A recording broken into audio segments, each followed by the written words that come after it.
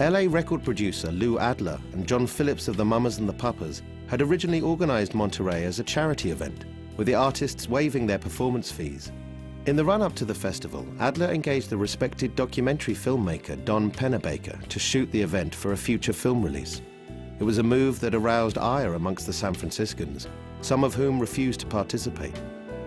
Ultimately, Big Brother, who eventually dropped their protest and acquiesced to being filmed, emerged from the festival with a huge career boost, courtesy of Pennebaker's cameras. The impression was among a lot of San Francisco scene makers that this whole thing is being controlled by these Los Angeles industry record moguls, and they're exploiting what's happening in San Francisco, which is this organic and spontaneous thing, for commercial profit. I don't think that's totally true. Once the bands got there and their managers started listening to all this talk from Lou Adler about a movie, they had never heard about what movie? We're just playing a benefit. This should have been presented to our managers a long time ago so they could go over the contracts and maybe even have our attorneys look at them. Would that be a good idea? Because I felt that they were scam-a-lamming us, the John Phillips crowd, I didn't allow the Dead to be filmed. They gave us the contract on the way up the stage. And right there, I'm going, oh, they don't want us to read the fine print. We don't even get a chance to read it. Just sign it and get up there and you're going to film us and someday it's going to make money. And what are we making out of it? The group from the San Francisco area that profited from this the most were the ones who were willing in a sense to be exploited by this. That is Big Brother and the holding company, where they were told, go and do some music again so you get captured on film for this film we're making. Well, they got captured doing a great version of Ball and Chain with Janis Joplin singing, and there's no doubt that helped them enormously, in good ways, I think. Sitting down by my window, just looking out at the rain. They came back up to us and said, well, you know, you got to go on again. And we did sign this release for filming. And I'm glad we did. The Grateful Dead did not. Just looking out at the rain. It really helped us to promote ourselves and get more gigs on the East Coast. Everything about Monterey was these, you know, career-making performances. I think in that case, their suspicion of music business norms bit them in the ass. We had Jeffersonian competitors, Big Brothers, Quicksilver messengers, and in many places it was a beautiful day. There were many opportunities to play music, or if you were a fan, wonderful opportunities to hear music. Look at some of the old Fillmore posters and see the names of bands playing the same night. I mean, we're talking about the Avalon Ballroom having 3 acts playing 2 sets each, you know, from 8 o'clock till 1 or 1:30. You see, wait a minute, these guys play together all the time. It almost seemed like that. We played benefits also besides the weekend things. 2 or 3 of the San Francisco bands together would go out and play. I mean, there's several times when Big Brother played with the Grateful Dead in Fresno, Bakersfield, Lodi, Sacramento. I don't know, there's so many good groups lately that God, you don't know where to begin from. People like this area and around the Haight Street area and everything. You know, it inspires groups, you know, inspires people to play music, really good music and everything. Big Brother, The Sight, and the Airplane. Big Brother, because, well, I like Janis Joplin. Grateful Dead. I find it very difficult, and I think everybody else would too, to define a San Francisco sound. That's really a bit of a misnomer. Most of the musicians that were in the San Francisco scene came out of the folk scene. So there's a certain folk music background. There's mostly a sense of improvisation, blues-based improvisation, and based on sort of folk harmonies. So if you want to get really specific and narrow, you can say that's a San Francisco sound. You want to characterize it as amorphous jams, then there was a sound, only that's not the music that endures. And insofar as the Grateful Dead in particular embraced that sound and inspired it in many ways, which they did. Well, they're the exception because they had the finest single musician in the entire Bay Area playing for them. That was Jerry Garcia, a great, great guitar player. Obviously, the Airplane had, you know, the best single voice in Grace Slick, magnificent voice. You have this unique persona, if nothing else, in Janis Joplin, in Big Brother. And then you've got, you know, probably the best guitarist in the Bay Area in Garcia. So each of them really varied tremendously. Electrified folk rock with a serious intention to break the barriers and expand in all directions. Because the wild card in all of that was LSD. My contention is that the Grateful Dead was this polyglot collection of guys from a whole bunch of different worlds who used the liberating flux of LSD to dissolve the barriers and create a new musical hybrid. By the summer of '67, the cultural momentum created by Monterey and the Be-In had rapidly escalated to fever pitch.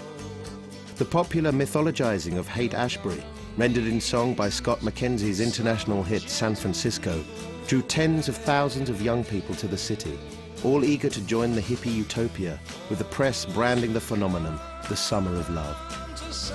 For San Francisco's indigenous counterculture, however, it was a nightmare. The alternative lifestyle that had blossomed the previous year with such promise now began to wilt, submerged under the weight of wide-eyed converts that the community could not possibly hope to support. Of San Francisco. The media storm was that was a hurricane. I mean, there was really a lot of stuff in the press all the time. We're all saying, well, maybe this utopian idea will actually work. Of course, it was complete nonsense, and our skepticism, initial skepticism, was completely justified. After the Monterey Pop Festival, everybody just streamed into San Francisco. And this time, everybody stayed. They didn't go home. And a lot of them were runaways. A lot of them had come from Iowa and Chicago and all these other towns because San Francisco was this mecca. They could get LSD, they could live in the parks, they thought, live for free. I mean, based on a song out of Los Angeles saying, wear flowers in your hair, and, you know, didn't even tell them to bring a sleeping bag, you know, or money for food. It's a fundamental rule of ecology that if you overload the environment, you have disaster. And that's exactly what happened to the Haight. Too many people came. They weren't people in their mid-20s with some world experience and a little bit of money in their pocket and an ability to negotiate their way. They were high school kids saying, you know, feed me, you know, help me, I want to be a hippie. There were definitely community meetings at churches and community halls. They were afraid that there was going to be a problem with housing, food, hygiene, you know, all sorts of things. And so they talked about it. I think they came up with good solutions. There were different houses at places that these people could go and get food. The Diggers started providing free food in the park. 1% it was called. We charged 1%. The Grateful Dead paid 1%. Bill Graham paid 1% out of all the profits just to feed these people and find them housing and cover the legal expenses and so on. We did a benefit and started the HALO, Haight-Ashbury Legal Organization. Started the free clinic because kids were getting sick and living outdoors and getting bronchitis and so on. And then you just got exploited, you know, drug dealers and, you know, the, organized crime started moving in, you know. It was joints, you know, some hash, you know, in 66. 67, it was points. It was just smack. You want some meth. So the whole scene started changing and becoming, I think, a kind of a place that you didn't want to be. As a matter of fact, my wife was held up at knife point, and we said, okay, forget it. We're moving out. I'd go down and look at that wall of pictures at the police station of runaways that parents were looking for in Haight-Ashbury. It was just frightening. And events in the Haight rapidly began to frighten San Francisco's municipal authorities. As far as the powers that be were concerned, it had become clear that the hippies were unable to police and maintain their community in any sensible fashion. What had been a cordial relationship of mutual trust between the city and the Haight now mutated into confrontation. As the most prominent symbol of the local counterculture, the Grateful Dead's house at 710 Ashbury was raided by the police. Pigpen, Bob Weir, Danny Rifkin, Rock Scully, and several others were all arrested and charged with drug offenses. You know, we were available to be set up at any point, you know. Yeah, of course it was a setup. The scene was just getting so big that the city fathers were getting concerned because they didn't control it. They couldn't control it. And so to make people aware of the fact that they were cracking down, they busted us. And so we were like one of the first victims of this, and also the subject of the first Rolling Stone magazine was the cover, The Dead Are Busted. It was also the cover of the San Francisco Chronicle and Got News and television coverage and so on. We knew at this point that we were going to become bait for anybody that happened to be in the house at the time. We just moved everybody out. So that was basically the main effect, and it just really told us that it was going to become an adversarial kind of situation. And it was. As the Dead's time on Ashbury Street came to a close, the band was entering a new era in their music.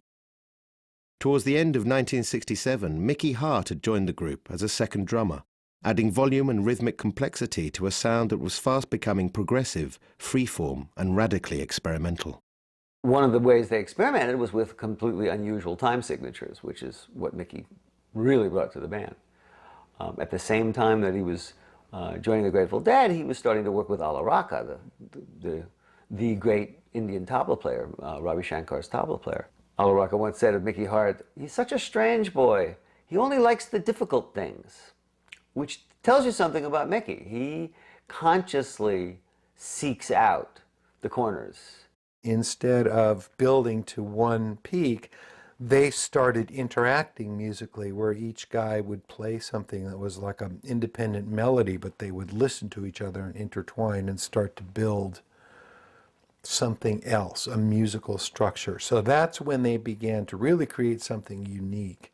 They had just a handful of songs that were just the merest of structures. Mickey Hart told me a few years ago of standing on the stage at the Fillmore after a show and Bill Graham saying to him, "What are you guys going to do when you're 27? You don't have any songs." Because what they had was these few pieces. They had the other one.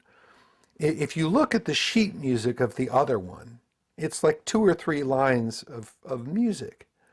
But it was this framework from which this exploration set out. Accompanying the Dead on their journey to the left field was Jerry's old Palo Alto friend, Robert Hunter. Following acid-fueled wanderings around the country, Hunter had returned to San Francisco, where he began writing lyrics for the band. One of his primary efforts became the Grateful Dead's quintessential psychedelic extension, Dark Star. Dark Star is the essence of the Grateful Dead. It is 2 lines of music, maybe, through which massive interstellar voyages were mounted. Dark